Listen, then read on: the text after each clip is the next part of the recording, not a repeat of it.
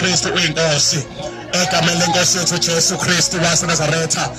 Ngiyacela kusithole izwi lenkosi egameni lika Jesu litholakala encwadini uIsaiah chapter number 1 verse number 18 and 19.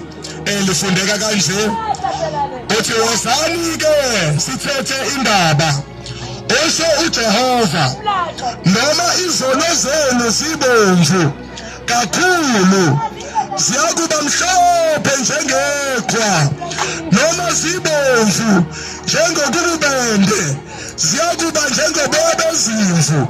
Verse number 19, uma nivuma nilalela niyakudla okuhle kwezwe. Verse number 20, kepha uma nala nihlubuka niyakudliwa yinkemba ngokuba umlomo kaJehova ukhulumile. Noma ngabe izono zakho zibomvu, noma ngabe izono zakho mawuthi uyazibheka nawe ziyakwenyanyisa zikunukela kabi, uthi uNkulunkulu mawuza kuye yena uyakukuhlanza akwenze uhlanzeke ube mhlophe kuneqhwa. Uzawuhlanza uNkulunkulu akhiphe inhliziyo yakho yethe, le nhliziyo yakho encane kangaka. Futhi kulezi insuku kunzima kakhulu umuntu uzasho athi akunanhliziyo ngiyathulukala. Into ezokuthi ungabi nanhliziyo usho ukuthi uthulukale nje ingoba udinga inhliziyo kaNkulunkulu, inhliziyo ethambile, inhliziyo emnandi. Abantu abanalizwelo kulezi insuku, abantu banenhliziyo ezimbi, abantu bayathwala kulezi insuku bafuna imali baze bakhohlisane bathi thatha lento ayinabungozi. Egcineni yambona umuntu koFacebook seyabhala sefuna ukusizakala, inyoka siyamqaka, inyoka siyahlupha ekhaya, inyoka siyaqala ingqoqozela yasenganeni, yongqoqoza kubantwana bakho, ingqoqoza imfuyo yakho, ingqoqoze umfazi wakho. Egcineni ingqoqoze wena ngoba ayikho into kaSathane engathi ayinabungozi. Yonke into kaSathane inobungozi. Noma ingafika kahle ikunike imoto, ikunike lonke uhlobo lwemoto eliphambili, kodwa egcineni uzokhala zikhona izimoto akhona ama-double story akho, ukhale sikuhlupha inyoka isikhombisa ukuthi inyoka. Lalela mntaka baba, inyoka yaba yisitha somuntu kusukela ensimini yase-Edeni lapho yakhohlisa khona u-Eva, yabafaka esolweni yathi abadle emthini uNkulunkulu wayethe bangadli kuwo, kwasengena isiqalekiso kwangena isono.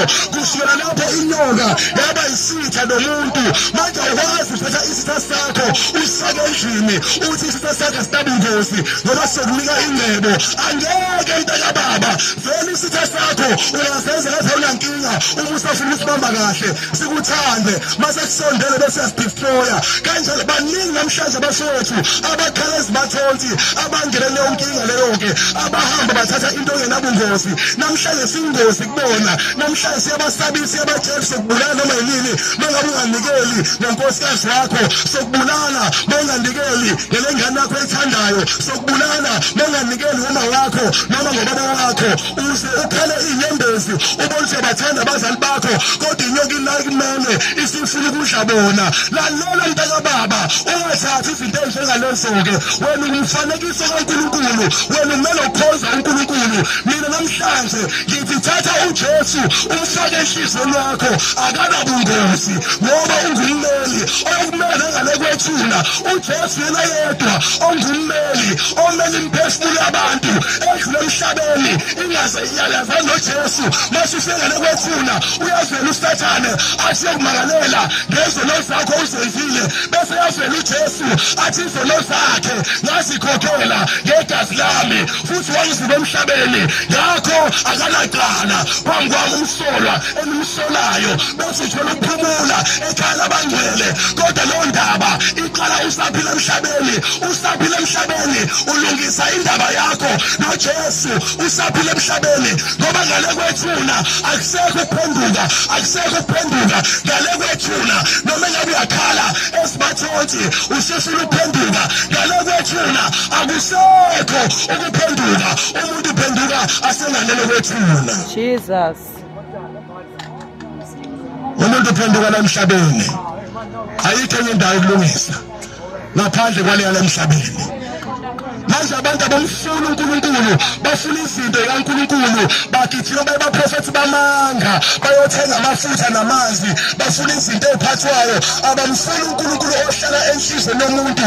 Abantu abafuna ukuthandaza uNkulunkulu bafuna ukuhlala bathandazelwa njalo. Lalela mntaka baba uyokhokhwa zonke emhlabeni uma ngabe ungamfuni uNkulunkulu ngoba uhamba ucela usizo yonke indawo ugijima baprofethi bamanga bagcwele itheku njengoba ngikhuluma manje ethekwini kugcwele abaprofethi bamanga waphela ngapha bavule ama-ofisi abo kwenziwe 1-on-1 kusaphatha 1.5 ukuze ikutshele indaba zakho.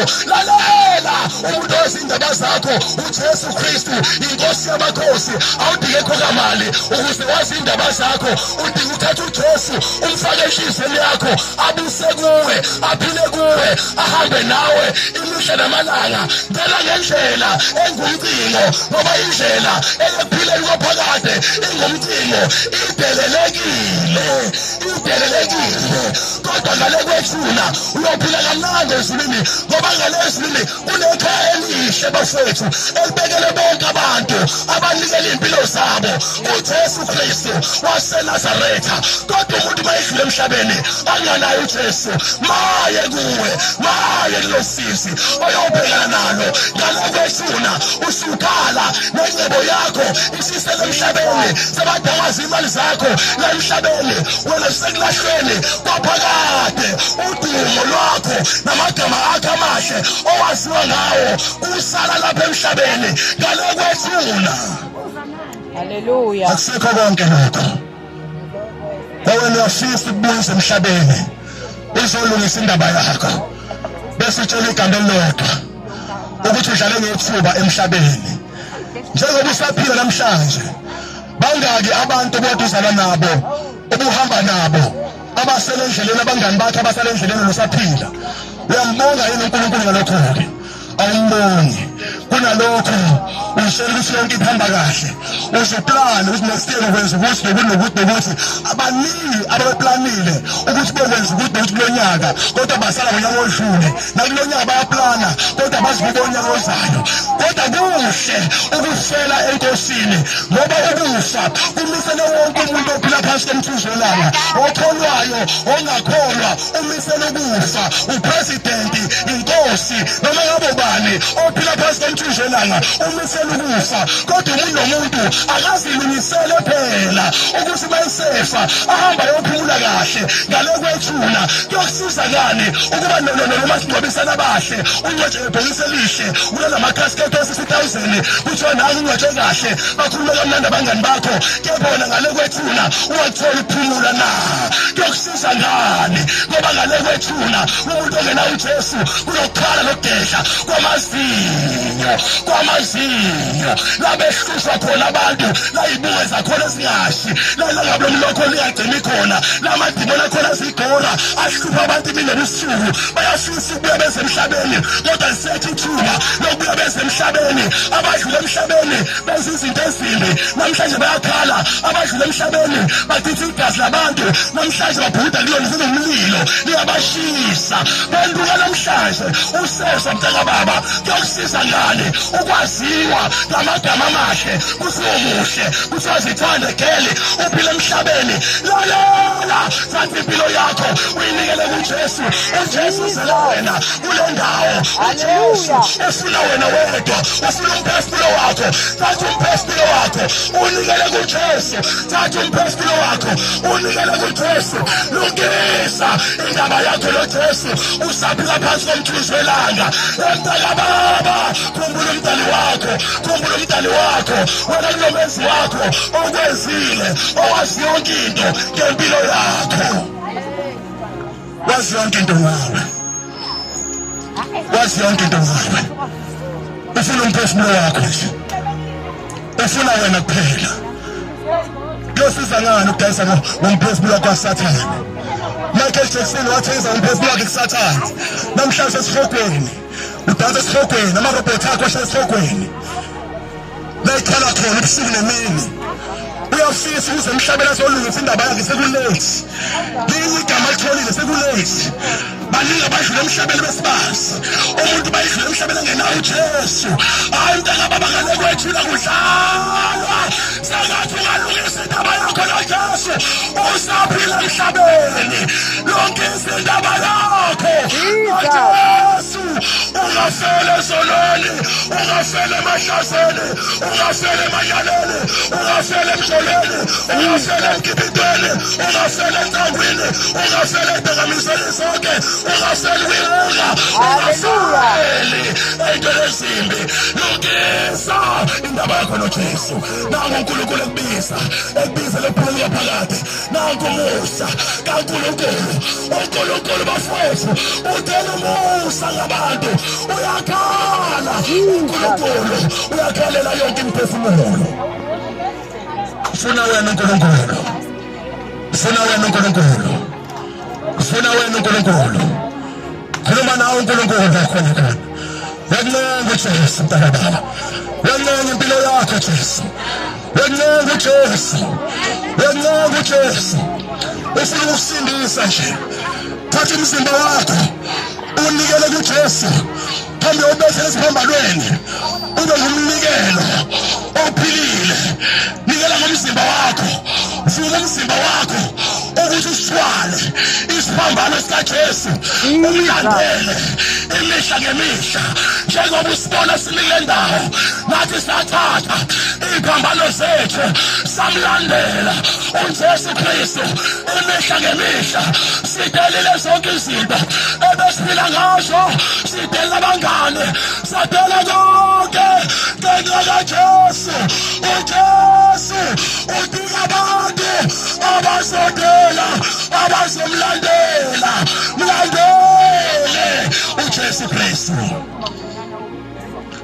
lungisa indaba yakho noJesu lungisa indaba yakho noJesu asele khona uzowashula abantu kodwa kunalokho sicela abantu abeze kuJesu thatha amehlo akho wabhekise kuye lithi izinkosi abantwana bakwa-Israyeli bake bakhononda uNkulunkulu sebakhiphile eGibhithe lithi base bephumile bakhomplena endleleni babekhomplena uNkulunkulu wadedela izinyoka ezinesihluku zabaluma abantu kwakuthi umuntu bayimluma inyoka lesihluku afe ngaleso sikhathi kodwa uNkulunkulu egcwele umusa wakhuluma kuMoses wathi Moses yakhe inyoka yethusi uyiphakamise kuyothi obheka yona kuyothi obheka kuyo kuyothi ophakamisa amehlo akhe abhekise enyokeni yethusi ephakanyisiwe bese yaphila kanjalo uNkulunkulu linsizwa yenkosi ngakho uNkulunkulu walithanda izwe kangaka wase wanikela ngendodana yakhe ukuze kube loyo naloyo kholwa yiyo angaphuphi kodwa benokuphila okuphakade kanjalo uNkulunkulu wamphakamisa uJesu Kristu ukuze kuthi abambhekayo basinde kuphoyizelwe isono basinde bangayi elahlweni. Haleluya. Bekisa amehlo akho kuJesu. Bekisa amehlo akho kuJesu. Bekisa amehlo akho kuJesu. Bekisa amehlo akho kuJesu. Bekisa amehlo akho kuJesu. Bekisa amehlo akho kuJesu. Bekisa amehlo akho kuJesu. Labangani bakho obhizi nabo ngeke bakumele ngale kwethula egameni lenkosi uJesu futhi abanye babo abazi kuba khona semngcwabeni wakho egameni lenkosi uJesu abanye bazoba khona bakhulume kahle ngawe ngeke bakhulume lezi zinto uzenza kodwa lalela what about your soul uma ngabe sibiza kuwe what about your soul uma ngabe sibe phambi kwehlelo sobukhosi usulanda ukuthi lo mzimba ithembele kaNkulunkulu uphathe kanjani sophila emhlabeni ungcoliseleni lo mzimba ithembele kaNkulunkulu njengoba wenza izinengiso ozenzayo ungcolisa ithembele likaNkulunkulu kodwa uNkulunkulu othi ithembele lakhe akakumyoka nawuza kumchitha banduka usezo namhlanje banduka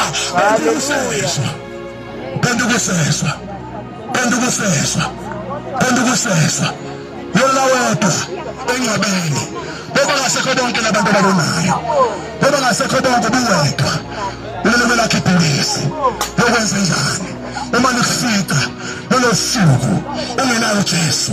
Ngale kwethula ngomshiba, ngale kwethula khonloza, ngale kwethula ngosiqado, ngale kwethula uphenduka into engelutho, umphefumulo wakho uyakhontrolwa ngale kwethula.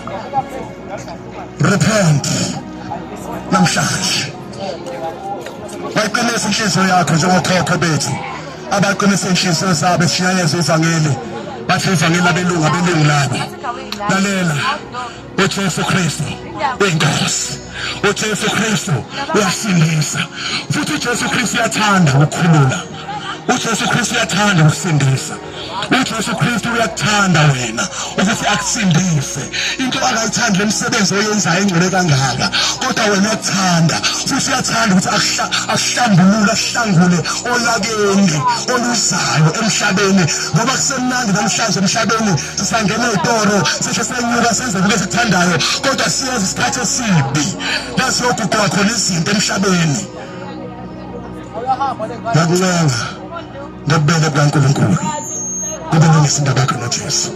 Uma ekhona ofisa ukwamukela uJesu namhlanje, sengiyathandaza nanti ithuba, angizibuzala. Mafisa ukwamukela uJesu, aphakame isandla sakho la ukhona. Ngithandaza nawe egameni lenkosi yethu uJesu Kristu waseNazaretha.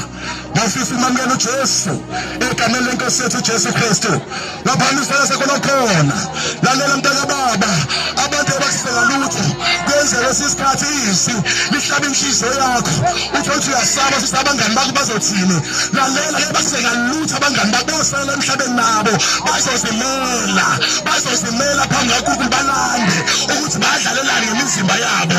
Indaba yojela Jesu eyakho wena wedwa, awudingeni ngokubuza kumngani wakho ngingeze noma ngakwenzi. Wena udinga isinqumo, thatha isinqumo ngempilo yakho, thatha isinqumo ngempilo yakho, thatha isinqumo ngempilo yakho. Nathi ihlahla kuJesu, yongena ihlahla ekhaya ethu uJesu mntaka baba, ungasibambezeli egameni lenkosi yethu uJesu Kristu, ngoba ikusasa ulazi likuphatheleni. Ungathi ulinde ikusasa, ungathi ulinde ubelisizono, awunawo amandla okuhliziyo ngokwakho.